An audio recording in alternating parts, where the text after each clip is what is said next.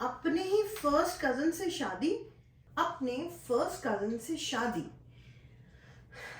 सुन के ही अजीब लगता है, specially for people who are from northern parts of India. अपने मामा के, चाचा के, बुआ के या मौसी के बेटा या बेटी, उनके बच्चों से शादी is in most parts in the world is frowned upon. Definitions of who can marry whom greatly varies, and it really depends, and it is different from culture to culture. यानी हर कल्चर के हिसाब से ये चीज़ बहुत, इस चीज़ में बड़ा अंतर पाया जाता है कि कौन किससे शादी कर सकता है, और समय देश काल के हिसाब से भी कौन किससे शादी कर सकता है, ये बात बहुत इन्फ्लुएंस होती है।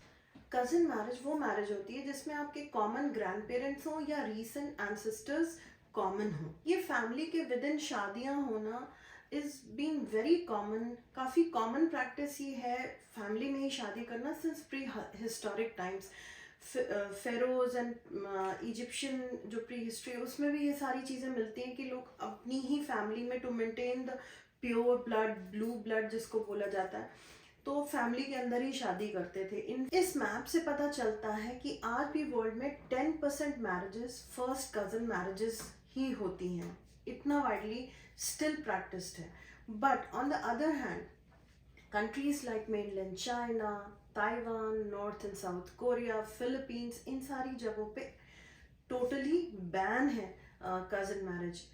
एंड नॉर्थ अमेरिका में 24 out of the 50 states of the United States of America, cousin marriage is prohibited. Whereas cousin marriages in Middle East, in Africa have been recorded since known to man. जब से भी हम जितनी भी history जब तक भी पीछे जाते हैं, अफ्रीकन कॉन्टिनेंट में, पूरा मिडल ईस्ट में, गल्फ में, सो वहाँ पे cousin marriages have been practice since eternity, and आज भी उतनी ही प्रैक्टिस। इसके अलावा नॉर्थ अमेरिका के जो इंडिजिनस पीपल थे, यानी जो नेटिव्स अमेरिकन थे, न्यूजीलैंड और जो काफ़ी सारे आइलैंड्स हैं करीबन के, वहाँ पे भी जो इंडिजिनस लोग थे, दे वर practicing having this practice अपने cousin marriage की since forever, since known history.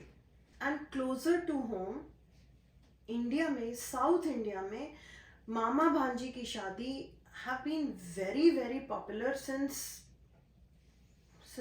medieval ages. आज भी वहाँ पे कितने सेलिब्रिटीज़ हैं जिन्होंने अपनी नीसेस से शादी करी, यानी मामा भांजी की शादियाँ बहुत बहुत वेल प्रैक्टिस्ड है in the state of Tamil Nadu. थोड़ा रिसर्च जब इस पे करी तो दो चीज़ें निकल के सामने आई। कज़न मैरिज वाज गोत्र सिस्टम, काफ़ी वाइडली गोत्र सिस्टम फॉलो होता था, अभी भी होता है नॉर्थ इंडिया में। इसके गोत्र सिस्टम क्या होता है? गोत्र सिस्टम के अकॉर्डिंग हम सारे के सारे उन 7 जो आदि ऋषि हुए थे, द फर्स्ट 7 सेजेस, उनकी ब्लड लाइन यानी उनका जीन पूल कैरी कर रहे हैं। हम में से हर कोई उन्हीं का वंशज है।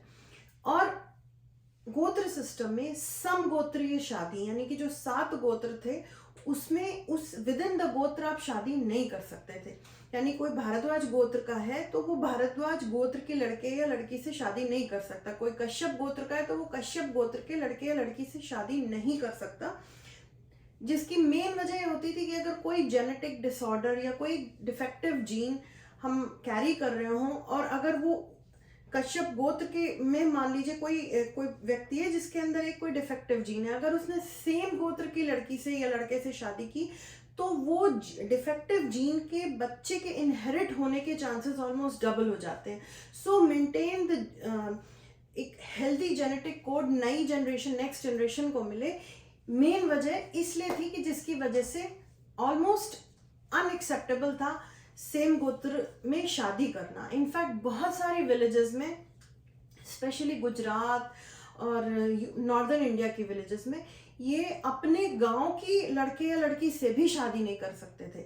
वो एटलीस्ट नेक्स्ट गांव, अपना जो नेक्स्ट गांव है, कम से कम इतनी दूर ही तो रखा जाए। उसकी वजह ये होती थी कि सेम कम्युनिटी के लोग, सिमिलर लोग एक गांव में रहते हैं, तो अगर आप दूसरे गांव में जा रहे हैं यानी going to the next community and probably next gotra, so एक वजह ये बहुत ज़्यादा थी। तो जब आप अपने फैमिली तो छोड़ दीजिए, अपने गांव में भी शादी नहीं कर रहे हैं, तो आपने समगोत्री तो सवाल ही नहीं उठ। और इसका एक सोशल रीजन भी ये रहा होगा कि जब आप दूसरे गोत्र में अपना लड़का दे रहे हैं या लड़की दे रहे हैं, तो आप अपने गोत्र का इन्फ्लुएंस बढ़ा रहे हैं, आप अपना सर्कल ऑफ इन्फ्लुएंस आपको ऑटोमेटिकली बढ़ेगा। तो आपकी जो सोशल सर्कल बढ़ेगा, तो obviously financial circle, trade relations, या जो कुछ भी उनकी सोच रही होगी, वो अपने उसका विस्तार कर रहे हैं, अपने सर्कल का, अपने गोत्र का। ये एक मेन रीजन रहा होगा। स्पेशली लास्ट सेंचुरी में, इंडिया के इंडिपेंडेंस के बाद 1954 एंड 55 में हिंदू मैरिज एक्ट आया, ताकि जो हिंदू मैरिजेस की जो भी एक अनसेड बायलॉज थे, उनको एक लॉ के सिस्टम में पैकेज कर दिया गया। तो हिंदू मैरिज एक्ट में भी इस बात को क्लियरली डिफाइन किया गया कि first cousin marriage is illegal. क्या वो मेन रीजंस थे जिनकी वजह से ये मेन प्रैक्टिस में आए? तो I think first main reason, there are 7 reasons, but the very first and the most important reason is wealth consolidation. Wealth को फैमिली के अंदर रखने का ही इससे अच्छा और इससे एक्सेप्टेड तरीका हो ही नहीं सकता था। वेल्थ फैमिली में ही रहती थी। जब शादी ही कजन्स में हो रही है, वो फैमिली के बाहर जाएगी ही नहीं wealth. So wealth consolidation was the first main reason. Second was women's safety. जब इंडिया में हमेशा से डाउरी सिस्टम प्रैक्टिस हुए, ना कि इंडिया में बट बहुत सारे कल्चर्स में डाउरी सिस्टम यानी दहेज की प्रथा है। तो दहेज देने के लिए लड़कियों को अगर उन्हें प्रॉपर दहेज नहीं दिया जाता, लड़कियों को जला दिया जाता था। So women safety was another very big aspect, कि आप फैमिली में ही शादी कर रहे हैं, जान पहचान में ही शादी कर रहे हैं, तो उससे आपकी लड़की को कोई टॉर्चर नहीं होगा। So your daughter will be safe. Geographic proximity, geographic reasons, जैसे कि अगर लड़की की आपने किसी दूर देश में शादी कर दी है, तो वो आ नहीं सकती, उसको कोई तकलीफ है, उतने अच्छे मीन्स ऑफ कम्युनिकेशन नहीं होते थे कि वो आपको बता सके उसको क्या तकलीफ है। आप उससे मिल भी रहे हैं तो भी शायद वो आप नहीं जज कर पा रहे हैं। सो जोग्राफिकली आप अगर फैमिली में है, तो कोई ना कोई आपका, कितनी दूर भी लड़की चली जाए, बट आपका उस लड़की से, अपने बच्चे से टच बना रहेगा।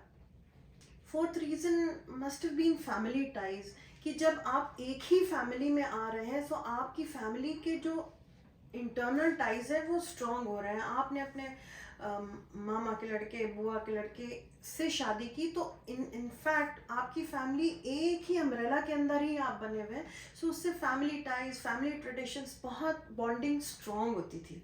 कल्चरल वैल्यूज़ प्रमोट होती थी आपकी फैमिली की, कि आप इस तरीके की ट्रेडिशन फॉलो कर रहे हैं, आपकी क्या फैमिली में किस तरीके का, आपकी कोई ट्रेड है, कोई आपका पर्टिकुलर बिजनेस सेट को बिलोंग करते हैं, कि आप दालों का, अनाज का, गोल्ड का पर्टिकुलर ट्रेड कर रहे हैं, तो आपकी वो जो प्रोफेशनल एंड कल्चरल वैल्यूज़ हैं वो इन्हांस हो रही हैं, क्योंकि वो आपकी आने वाली जनरेशन भी, चूँकि सब एक ही फैमिली में नेट हैं, एक ही शादी के उससे भी हमेशा के लिए एक ही ताने बाने में है, तो वो वाली बॉन्डिंग भी स्ट्रांग होती थी। Better adjustment with in laws, आप किसी नई फैमिली में जाएंगे, तो आपको कितना भी आप उस फैमिली को पहले से जानते हो, लेकिन आपको उतनी डीप रूटेड अंडरस्टैंडिंग तो हो ही नहीं सकती जो आपकी अपनी फैमिली की है। तो अगर आपका बेटा या बेटी अपनी ही फैमिली में है, सो इतना अच्छा एडजस्टमेंट हो जाएगा।